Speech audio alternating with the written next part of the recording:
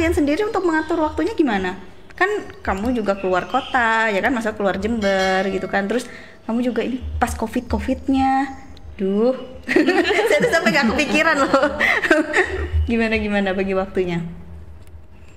Mungkin kalau misalnya bagi waktunya itu lebih ke arah untuk bagi waktu belajar, karena kegiatan tersebut itu kan dari UNED sendiri ya, maksudnya bukan dari luar. Jadi sama dosen itu memang diatur jadwal supaya tidak mengganggu kuliah. Mungkin beda kalau yang bawahnya tadi kan kegiatannya mungkin agak mepet-mepet sama kuliah. Kalau saya kan di luar kegiatan kuliah itu, jadi tidak terlalu mengganggu. Tapi mungkin yang mengganggu itu lebih ke arah persiapannya aja. Jadi lebih ke arah mengatur jam belajarnya, jadi supaya nggak ketinggalan sama teman-teman yang lain juga gitu.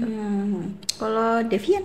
Kalau saya kita kan harus menyeimbangkan ya antara belajar dan juga kegiatan luar ya. Jadi sebisa mungkin diatur itu. Jadi nggak setiap hari kita ngelakuin kegiatan-kegiatan, ada waktunya kita belajar. Tapi juga nggak harus belajar tiap hari. Yang penting bisa memahami materi dan juga nggak ketinggalan. Kalau saya, kalau dari pengalaman ke turun-turun pengabdian masyarakat, biasanya kita ngajukan surat dispensasi. Jadi kita dapat izin ini kalau datang ke sana. Jadi nggak bertabrakan dengan kuliah dan juga sebagainya. Tapi nanti setelah kita pulang kita harus mengejar juga ketinggalannya.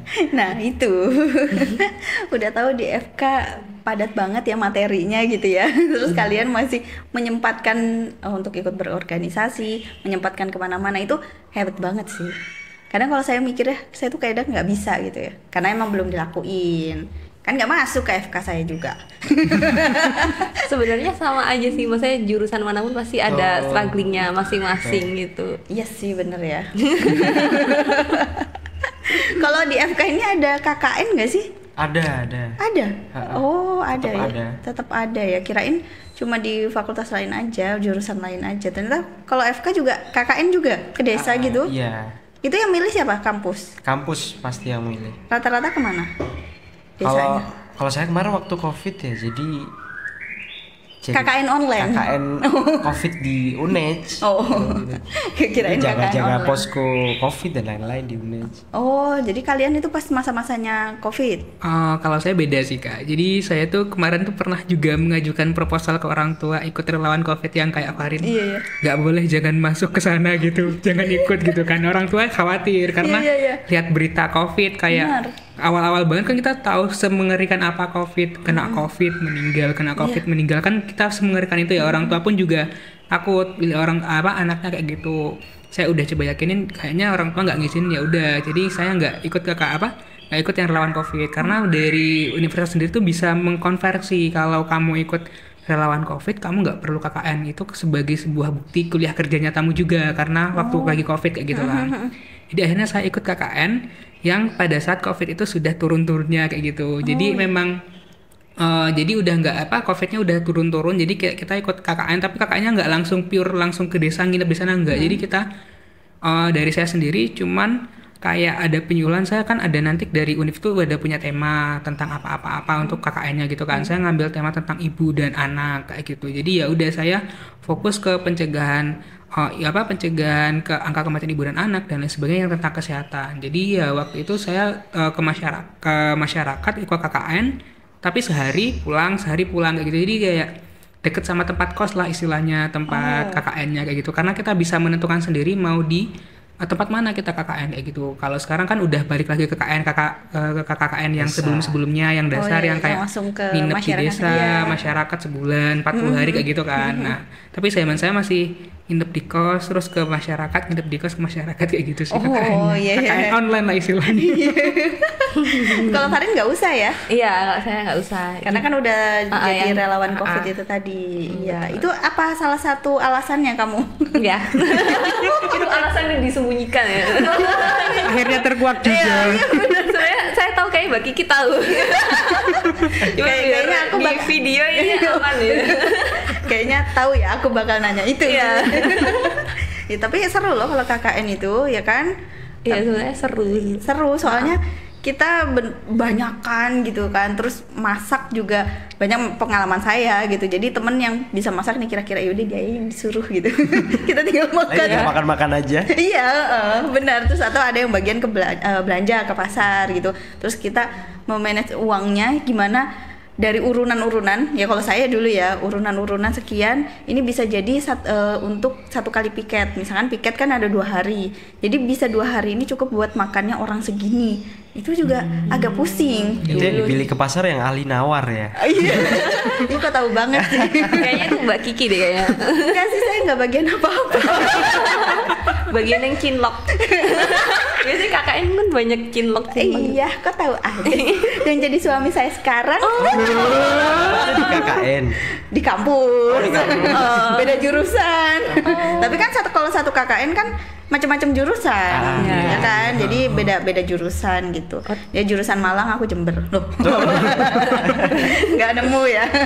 Oke. Nah, terakhir nih, kalian sendiri setelah ini mau mengembangkan apa lagi nih? Mungkin dari kegiatan-kegiatan yang sudah kalian dapatkan, terus kemudian mungkin nanti setelah jadi dokter, apa hanya jadi dokter aja gitu, atau mau jadi dokter yang produktif? Dokter Alia produktif banget. Kegiatannya banyak banget. Sibuk banget. Iya, jadi kayak nggak ada ini jadwal liburnya. Coba deh hari Ahad tengok ke rumahnya. Nggak ada. Bekerja kemana aja. Jadi fokusnya dia itu ya yang bermanfaat untuk orang kayak gitu. Maksudnya bukan hanya sekedar praktek jadi dokter udah selesai gitu.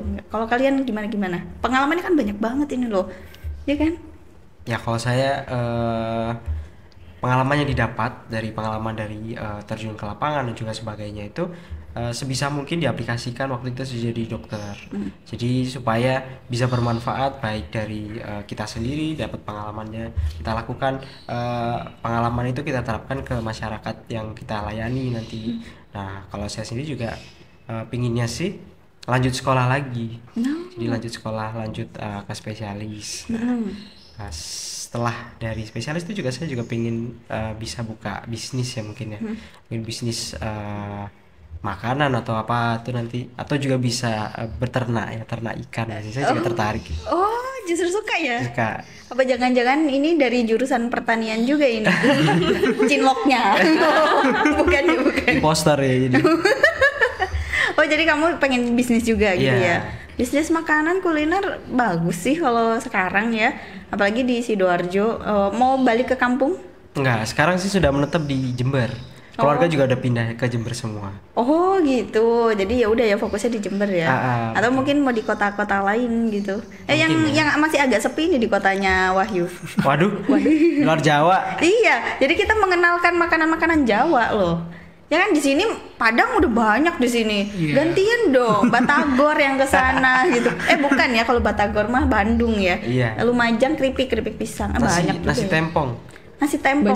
Banyuwangi ya. Banyuwangi. Oh iya. Di sini ini lontong sayur pakai petis. Pokoknya ada petis-petisnya gitu sih kalau Lumajang. Pernah nyobain petis? Petis ini belum. Oh belum. Oh kamu tahu petis? Tahu Oh yang tahu ya. coklat-coklat gitu warnanya. Iya. Pernah nyoba? Pernah nyoba tapi nggak sesuai selera. Iya ya. Pertama kali saya pindah ke sini juga kayak aneh sih, tapi ya lama-lama ya udah terbiasa lah. Ya. Kalau tadi dari Devian pengennya jadi pebisnis juga gitu ya, bukan hanya sekedar dokter praktek selesai pulang istirahat, bukan ya, tapi harus mikir nih, kan bisnis juga mikir ya. Kalau dokter kan dapat uangnya kan dari kerja aktif. Nah ya. Jadi pingin banget juga dapat kerja dari bisnis yang pasif. Jadi kita nggak perlu kerja keras gitu biar dapat uang. Oh iya, kerja kerasnya di dokternya ini ya. Iya. Praktek ke rumah sakit, buka praktek di rumah kayak gitu. Kalau ini Farin sama Wahyu. Untuk menjawab pertanyaan ini kayak jadi saya jadi pengen flashback gitu dulu waktu SMA gitu. Sebenarnya tuh saya tuh udah pengen kayak daftar FK. Cuma sebenarnya saya tuh kurang cocok ya kalau misalnya pelajaran menghafal dan lain sebagainya itu. Jadi mungkin awal-awal kuliah tuh kayak masih sangat struggling dalam arti yang mempertanyakan apa saya salah jurusan ya. Iya kan kayak gitu ya. Iya, dan tuh masih terus dipertanyakan bahkan sampai lulus S1 itu. Terus baru waktu koas itu baru saya menemukan oh kira saya bener ya masuk sini gitu. Waktu sudah di rumah sakit, terus ketemu sama pasien dan lain sebagainya. Awal-awal saya tuh sangat tidak suka jaga IGD, terus swab ke pasien gitu, karena gimana ya. Terus karena lama-lama dikerjakan, udah setahun lebih ya koas itu, terus lama-lama saya jadi suka. Jadi saya kadang-kadang suka jaga IGD tiba-tiba, walaupun nggak joki atau apa, cuman pengen aja jaga IGD. Terus malam-malam ke rumah sakit, kayak lihat-lihat les pasien kayak gitu. Jadi saya akhirnya mulai menyukai apa yang semoga menjadi pekerjaan gitu. Mungkin kedepannya itu kalau misalnya jadi dokter, mungkin pasti semua dokter umum pasti pingin ya kayak yang dikatakan Devian yang pengen jadi spesialis juga. Tapi mungkin kalau saya tidak menentukan pengen spesialis apa, ya udahlah terserah nanti dapat rezekinya di spesialis apa gitu. Terus juga karena mungkin keluarga saya dari nenek, dari orang tua juga semuanya kayak jualan itu, jadi saya pingin mungkin juga melanjutkan lah usaha gitu. Sama ya nanti lihat aja ke depannya, yang penting saya menyukai apa yang saya lakukan gitu. Oh iya, karena emang harus suka dulu ya, terus jadi akhirnya kita ngerjakan sesuatu itu kayak ikhlas gitu. Kayak kita ngelakuin kerjaan apapun, kalau kita ikhlas dan suka itu pasti kayak gak ada beban. Nikmat juga ya Mbak. Iya benar. Tapi kalau misalkan kita dikit-dikit ngeluh, terus kita dikit-dikit mungkin ngerasa ini apaan sih kerjaan gitu, kayaknya berat banget untuk dikerjain, malah akhirnya jadi nggak selesai. Benar. Nah kalau Wahyu? Kalau dari saya sendiri sih kedepannya ya pengen setiap yang bilang dari Farin maupun Devian, ya kita pengen jangan hanya berhenti di dokter umum saja kayak gitu, pengen lebih daripada dari dokter umum, kayak misalnya spesialis atau ngambil sekolah S2 yang lebih spesifik mau ke jurusan apa kayak gitu. Itu masih udah ada kepikir-pikir gitu kan ya. Sama selain dari itu saya mikir karena dokter ini memang sifatnya sosial, kita ke masyarakat ya. Saya pengen juga jadi dokter yang produktif, yang benar-benar mirip dokter Alia juga kayak gitu. Jadi saya tuh juga pengen dari awal tuh dulu udah pengen bikin komunitas sendiri. Kita pengen bikin komunitas, entah itu komunitas apa, tapi yang lebih spesifik ke kesehatan ya, kayak lihat kondisi masyarakat, misalnya di lokasi di masyarakat A ada banyak masalah tentang misalnya tentang penyakit tidak menular, misalnya kayak diabetes, hipertensi kayak gitu ya. Jadi ya udah kita coba bikin komunitas masyarakat di sana untuk meningkatkan pengetahuan masyarakat tentang penyakit tidak menular kayak diabetes, kayak hipertensi gitu. Jadi saya lebih pengen ke selain saya jadi dokter yang khusus untuk diri saya sendiri, saya juga pengen untuk masyarakat juga kayak gitu ya. Akhirnya berkeinginan sih semoga bisa tercapai ke depannya, pengen bikin komunitas. Jadi kayak tiap daerah itu ada komunitas yang bisa saya bentuk, yang bisa untuk memajukan dan memberikan kesehatan ke masyarakat kayak gitu sih. Mantap ya. Sangat banget. Kritis. Ini teman-teman kamu loh yang komen loh. Jadi komentator. Kalau Bang Wah itu udah kelihatan gak sih pengen spesialis apa? Iya, dilihat dari wajahnya. Kan saya nggak tahu ya, terlalu banyak spesialis ya. Kira-kira apa? Kalau lihat dari wajahnya gitu, cocoknya mulus gitu, putih. Udah, tolong di skip ini. SPA. Oh iya, cocok buat Baby face banget ya. Tuh makanya. Jadi kalau ya aku mikir itu, emang sebenarnya mau apa sih? Pengennya sih ke dokter kulit ya kayak gitu. Dokter Utomo. Boleh tuh. Suaminya dokter Alia kan ya. Berarti banyak konsultasi ke sana ya. Siap. Oh iya, kenapa saya mikirnya SPA ya? Tapi emang lucu sih ya, kan namanya sama anak-anak kan ya, ciluk Mbak gitu, udah masih cocok gitu ya kan. Bawahnya happy Baby ya Mbak face ya. banget ya Mbak ya. Iya, benar-benar kayak Irfan Hakim kan nggak ada yang tahu dia udah 50 tahun tapi masih kayak gitu kan ya. Kita kan pengennya sama kayak gitu ya. Iya. Kita usia segini aja udah kelihatan banget. Iya. Kadang juga dipanggil ibu gitu. Padahal baru 24. Iya. Sampai sekarang aku aja kadang lebih suka dipanggil kakak atau mbak. Ini bohong banget nih ya gitu. Nggak apa-apa kak gitu, padahal bawa anak. Oke deh, makasih banget ya udah sharingnya, semoga bisa bermanfaat. Amin. Jangan lupa ajak-ajak teman untuk subscribe juga podcast Dr. Alia. Siap. Terima kasih, assalamualaikum. Terima kasih.